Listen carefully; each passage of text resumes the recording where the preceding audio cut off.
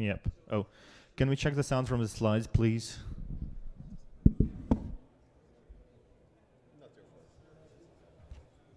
I have like. So what are you working?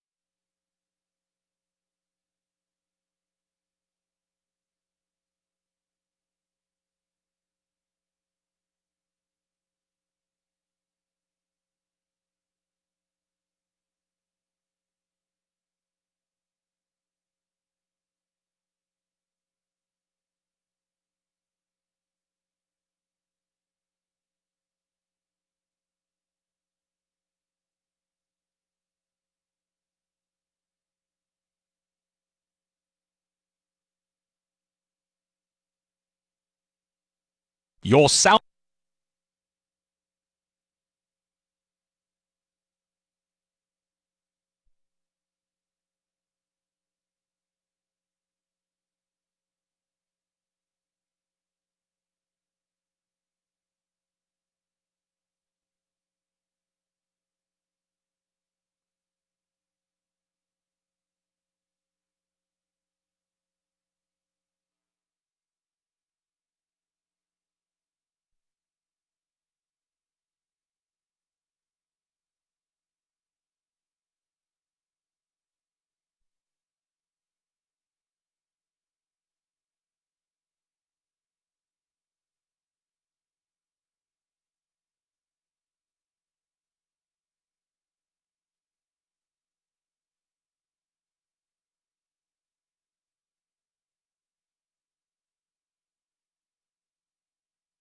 Your sound card works perfectly.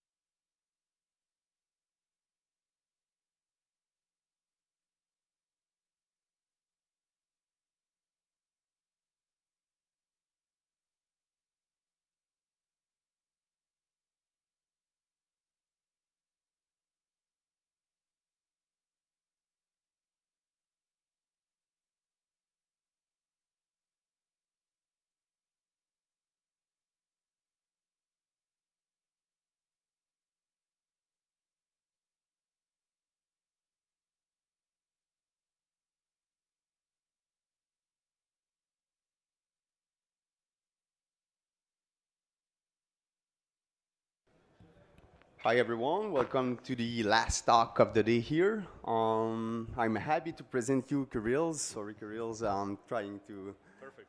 Yeah, sorry. So have a nice one. Thank you so much. Oh, and thanks everyone for being here. So we only have 20 minutes, which is good. So I'm just going to talk about the important stuff and not bore you too much with the background. Speaking of which, my background. So I work, play, and talk. I work at a small company back in Latvia in EU called Possible Security. We just celebrated 10 years a month ago. I'm also a research assistant at an institute, Electronics and Computer Science, back in Latvia as well. Back in the Europe region, I'm known as the destroyer of e-signature.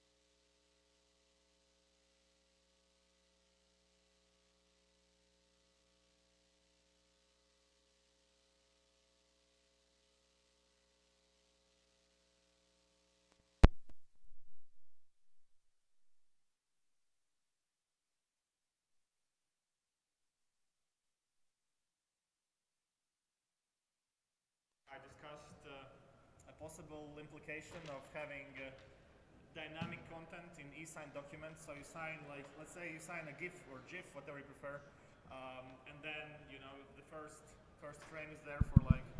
Oh, there we go, much better. I don't know how it appeared. It's back. So you sign a GIF or GIF, and the first frame is there for like, say, 1 hour, and then the second frame contains a different document, and what happens in court. So I brought that both practical and theoretical attack to the attention of European governments, and we worked for 6 months on a solution, and then we disclosed, and the solution was can't really solve that. So that's how I got the title. I'm also author of Router-OS Jailbreaks, which is software used in routers. Quite a large company in Europe called Microtech uses that, so made some jailbreaks, allowed some of the guys in the US to continue the work, so they've been doing great work after that. And I talk a lot, as you as you see from the slide. Also, you can follow me on Mastodon if you wish, so it's @chaos.social. Anyway, so today we're gonna talk about some novel attacks. I have to warn you that attacks use old components, so each component of the attack has been known for at least 10 years, some of them for 30 years, even more. But I've combined them in a novel way, which I think people should know about.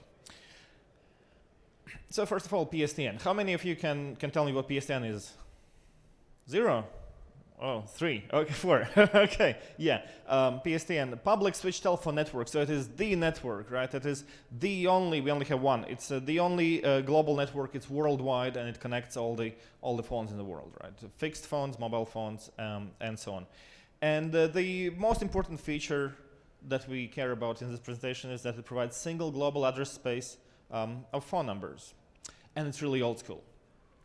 Now, I was looking at comparisons between PSTN and voice over IP, and I found this here, and for PSTN it basically says right here, security, highly secure with dedicated telephone lines, which is, you know, in a way is true. While attacking PSTN on the wire is trivial, it's very geo-restrictive. If I wanted to listen to your conversations on your home phone in Canada, I have to come to Canada to attack the wire physically, right? Today I will be presenting attacks that work from literally anywhere in the world. So if I would like to intercept communication between two people talking between themselves in Canada, from Canada to Canada, I could do that back from home. Slip. So we're getting into some more terminology. This is a bit harder. It's caller line identification presentation. This is one of the conferences where I see not only new people but also some older people, which is cool. So some of the older people probably remember when mobile phones showed up. I remember back in Latvia, we were actually quite progressive. We managed to have NMT. I'm not sure if North America had that or had anything before the digital mobile phone, right? But we had analog mobile phones, so 1G, NMT. And when we switched over to 2G, operators started providing clip because clip is, you know, one of the features of GSM. It basically means that you can see who the hell is calling you on your phone. You can see the number. Now, operators in Latvia were charging for that. You had to pay like 10 euros, 14 Canadian per month to have the service, in addition to what you already paid. I feel like it's a bit what Elon Musk did with Twitter, right? They said if you want to use SMS for two-factor, you have to pay. Clip is not good. I mean, it's fun to use and it helps every day, but the problem with Clip is that it can easily be spoofed, of course, and we know that, right? So here are two phones, and I just want to establish that these two phones are here on the table, and one phone is calling the other phone, and it works, and we can see that the numbers appear there as well. I blurred them for reason of protecting my colleagues back at the institute, but we do have the numbers in the phone book. So in one phone book we have secret project employee, and the other we have John Doe. So they have they're there in the phone book. So that's how Clip works, right? United States also has CNAM. CNAM, caller name delivery, meaning that the mobile network can also tell your phone what name to present along with the phone number. Do you have that in Canada? Is that a thing? Oh, okay, there you go. I didn't know that. Well, I'm sorry. You know why it's bad, right? So even if you're, so CNAM, if we talk about that for a sec, makes the bar, the entry bar for the attacker lower. We don't need to do that much open source intelligence, right? I don't have to find who what's the phone number of your mom or dad or child. I can just display mom on your phone when I call you, right? This is why I think CNAM is bad. I look forward tomorrow at the after party to talk to some Canadians to find how you feel about CNAM, because I cannot understand its existence at all, cannot justify it. Then we have SLIR, caller line identification restriction, which is basically an add-on to Clip, which says that, you know, please don't present my phone number to whomever I'm calling, unless they have an additional service that overrides your CLIR, and then you can override that as well. So I use CLIR because I don't have an incoming phone number, right? I do have a technical phone number, but it will never be connected back to my phone, so I use CLIR not to confuse people in my personal life. Now, in the next slide, we're gonna see some standard spoofing. So both phones will be on the table, but John on the left receives a call from super secret project employee on the right. And phone on the right, as you see, knows nothing about it. This is not a new attack. This is classic spoofing. So just for those of you who haven't seen that, this is how it looks. We have a device made by Lenovo. We have two phones here. Sorry for the blur, guys. Just protecting some identities and endpoints that I'm using. So, and we can see on the left there was an incoming call from the right phone, the phone on the right, but the phone on the right is not doing anything, right? Okay, moving on. Next topic, SS7, Signaling System 7. How many of you have heard about that or know what it does? Oh, lots of you guys, half of you. Really good. So SS7 is basically like the alternative network that exists between a majority of phone network providers, not only mobile phone providers, all of them basically. And it's responsible for some good things like setup and teardown of circuits, which is the dry term for calls. So basically, if you want to set up a call, your mobile operator will connect to the other mobile operator or message other mobile operator over SS7 and say, okay, so this is a call that's gonna get connected right here. It's also responsible for stuff like number translation, prepaid billing, which is important. If I have a prepaid card and I come to Canada, Canadian operator would need to know when to cut me off, so that, you know, the operator back home doesn't have to foot the bill for the things I do here. And what's important for us here, it also is responsible for diversion, right? So there are different diversion types. You can have unconditional diversion, you can have diversion when the phone is out of coverage, and so on, right? And importantly, it is managed by SS7. And one more thing for those of you who don't know that, your phone does not speak SS7, it does not connect directly to SS7, it's done through the air interface back to the central, and then the operator connects to the operator. And SS7 does so much more. If you want to learn more, I can highly recommend you some older talks by Carsten Knoll of Germany. He's from SR Labs, and he has some really good talks on SS7 security. Now, the final component of our attacks here today is social engineering, of course. There's Social Engineering Village here at the conference. Hackfest is the only conference that I've been to where they actually have a social engineering village where they call companies and try to hack them over the phone. I really enjoyed it every time that I see it. So if you haven't taken a look, tomorrow we can do that. For those of you, I don't think there's anyone who doesn't know what social engineering is, but I'll give you a quick definition in one sentence. So social engineering basically is the art of convincing someone to disclose some information that they're not supposed to disclose to you, or to do something that they're not supposed to do. Okay, before we put that all together, mobile networks, of course. Mobile networks are in really terrible shape. So A51 is broken. I don't think that in Western world any mobile operators use A51 if they can avoid it. Of course, most of them still support A51. If you have like a phone that's 20 years old and doesn't support A53, then they happily will use A51 for you. Now it's broken.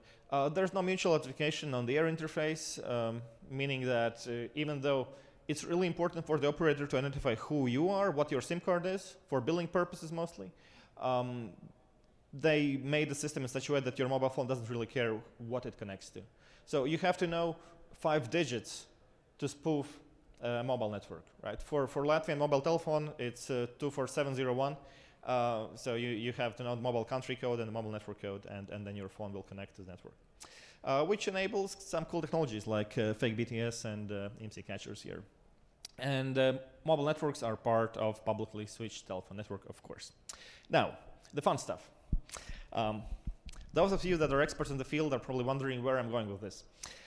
So first tactic, interception of phone calls. How can we intercept phone calls by combining all these things? So we've seen spoofing, right? But how can we use the technologies to intercept? And I've been thinking about that for a couple years now. I've been trying to... I was sitting there at my computer and thinking, really? It can't be that easy. And then I got over my laziness and I set up some virtual machines over one day. And the next day we spent like 2 hours filming the demos, and there we go. Demos are pre-recorded because my lawyers don't know the law all across the world where I'm giving this presentation, so I prefer not to do interception of phone calls over PSTN live abroad. Sorry about that. So the first attack is a simultaneous ring attack. Now, the audio that you will hear is the one that is intercepted from the man in the middle position. I'm going to comment it later so you can concentrate on this.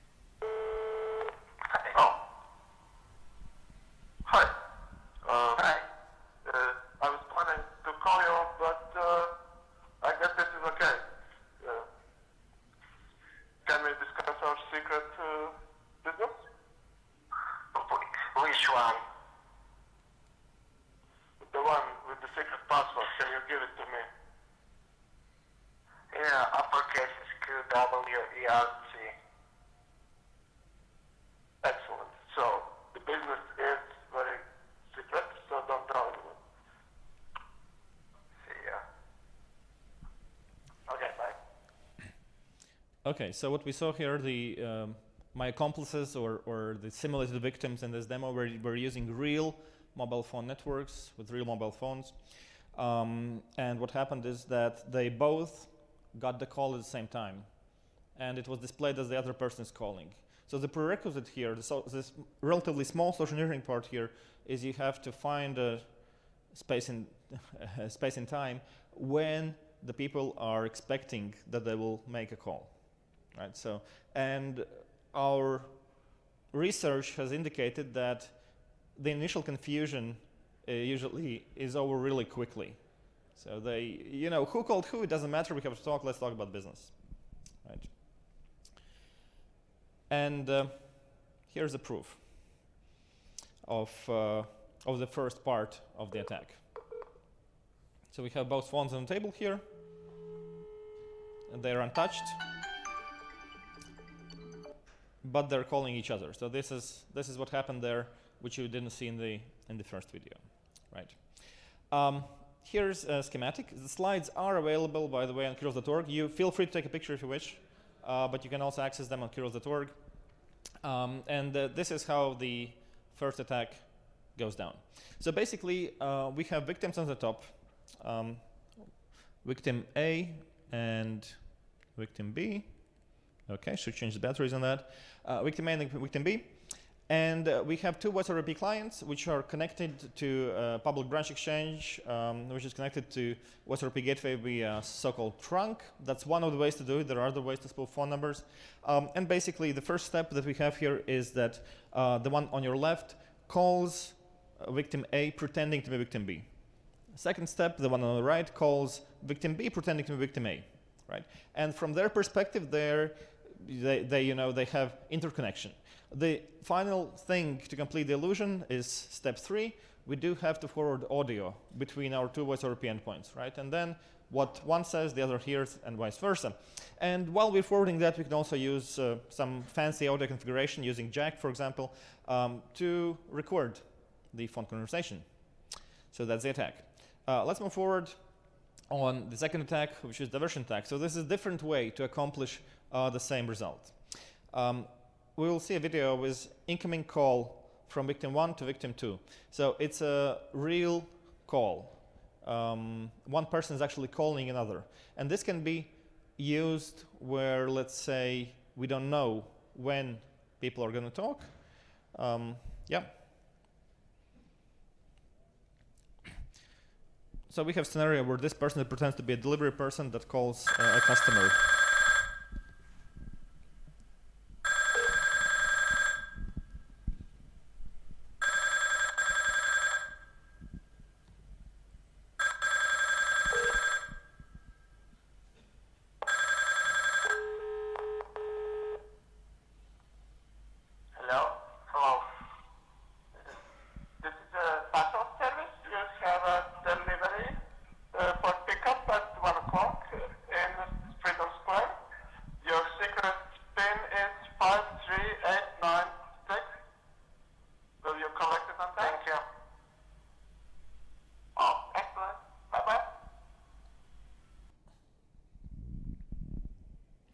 So in this case, the persons don't know each other, so it's in a way easier attack. We don't have to think about other aspects that we're gonna cover further on. So here's a schematic for that. So we have an add-on on the right, but the sequence is also a bit different.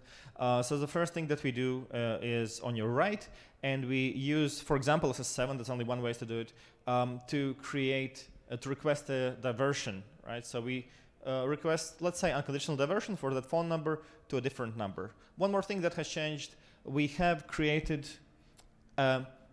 registered an incoming phone number for one of our voice over IP clients, right? Which is indicated with letter E for Eve on your screen. The second step then, after the redirection, is that the call happens at some random point in time, and we get the call on our voice over IP endpoint E. At that point, we cancel the diversion over there using SS7 once again. Why? Because our step number 4 is we call pretending to be endpoint A to victim B. All right, and the victim B has to be able to receive that phone call over PSTN. And afterwards, we do the same. We connect them via audio jack and record it again. And after the conversation is over, or we can do it a bit earlier as well, we divert it again to intercept the next call to prepare for that. So SS7 is one of the ways to do it. There are other ways to do it as well.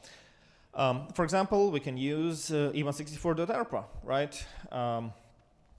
We can use enum. So there's RFC 2916 from the year 2000.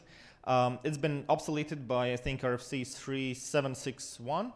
And after that, RFC 6116. The name is the original name because it's shorter. I hate the new names for new RFCs. They're like a page long. So E164 number and DNS. Let's combine phone numbers and DNS. What could go wrong? So that's what I did. basically E164 is this form right here. This is how a phone number looks, right? And this is how Venom works. Yeah, so we dig a special type of record, NAPTR, from E164.ARPA zone, and we get a reply that says, in this case, okay, we have an answer, and you can use SIP, which means voice over IP, connect to voip.up.pt, and use this username to send your voice, to connect to your voice and send the conversation over there, right? Then what the client does, what your voice RP phone does, it looks for this server record, it gets a server, and then it finds the IP address, it connects there and sends the username and establishes the connection. This is how it works. Now, how can we attack it? Well, there are a multitude of interesting attacks over DNS. Let's say we attack it at the first step and reply with this, right? This RFC also allows you to say, instead of SIP, you can actually contact me over PSTN on a different number, right? We can do that. Or we can use our own SIP server. It doesn't really matter. This is one of the ways to do it. And fun part is you don't have to do the first step. You can do the second step or the third step as well. You can just change the IP address of the server, for example. So you have like 3 times the chance. Then you can, of course, use social engineering for the diversion part as well. You can use physical attacks, right? If the phone of the victim is there, you can hook up to the phone and do some stuff, or you can quickly call this number over here and it will have a permanent redirect. You can do wishing, of course, right? Hello, this is Dog. Please call this number to get $1,000. And you can use phishing, right? You can send this link in an email, a person opens it up from their phone, the phone asks something, they click accept, and the redirect has happened, right? By the way, this is a redirect service that I wrote, I think, 15 years ago, and it's the only redirect service I know that allows literally any kind of URI. Any kind of URI, it will allow to shorten, which is quite cool. Okay, moving on to tactic 2, alteration of phone calls. So we can also use these methods, of course, to combine them in a way that you can alter phone calls. I'm not going to do videos because it's basically the same thing, so I've changed this here a bit.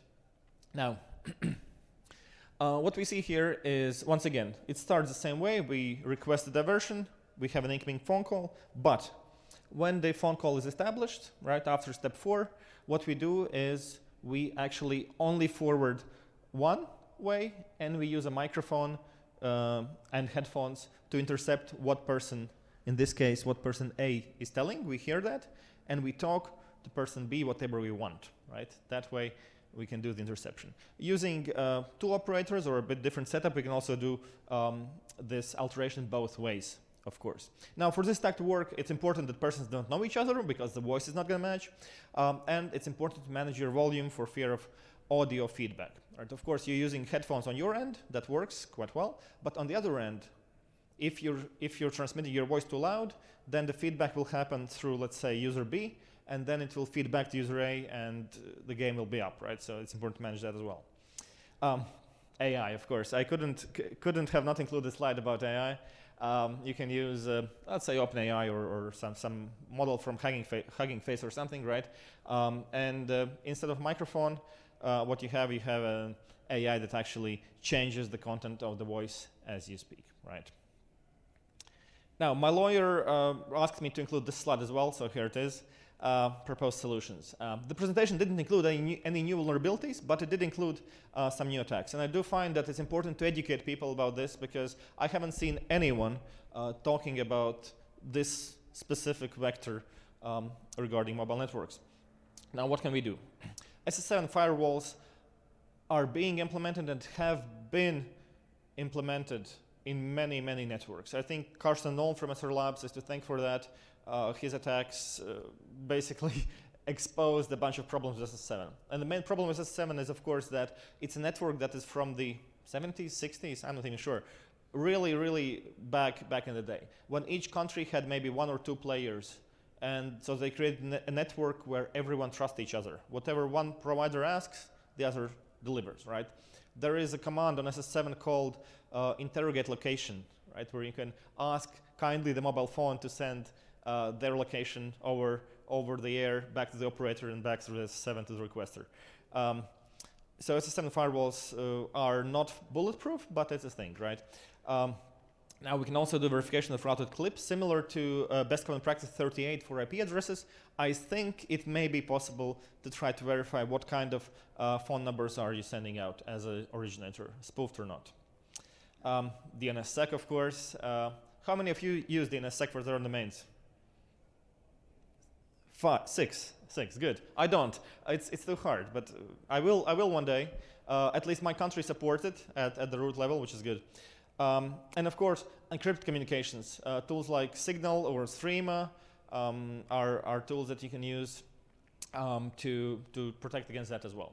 If you want to hear more about encrypted communications and the state of encryption in apps today, you can come to my talk tomorrow around 1 a.m. I think, and I'm going to talk about privacy and including encrypted communications. So for today, I think I ran over time a bit. Sorry about that, but thank you so much. And if you have any questions, I'm here.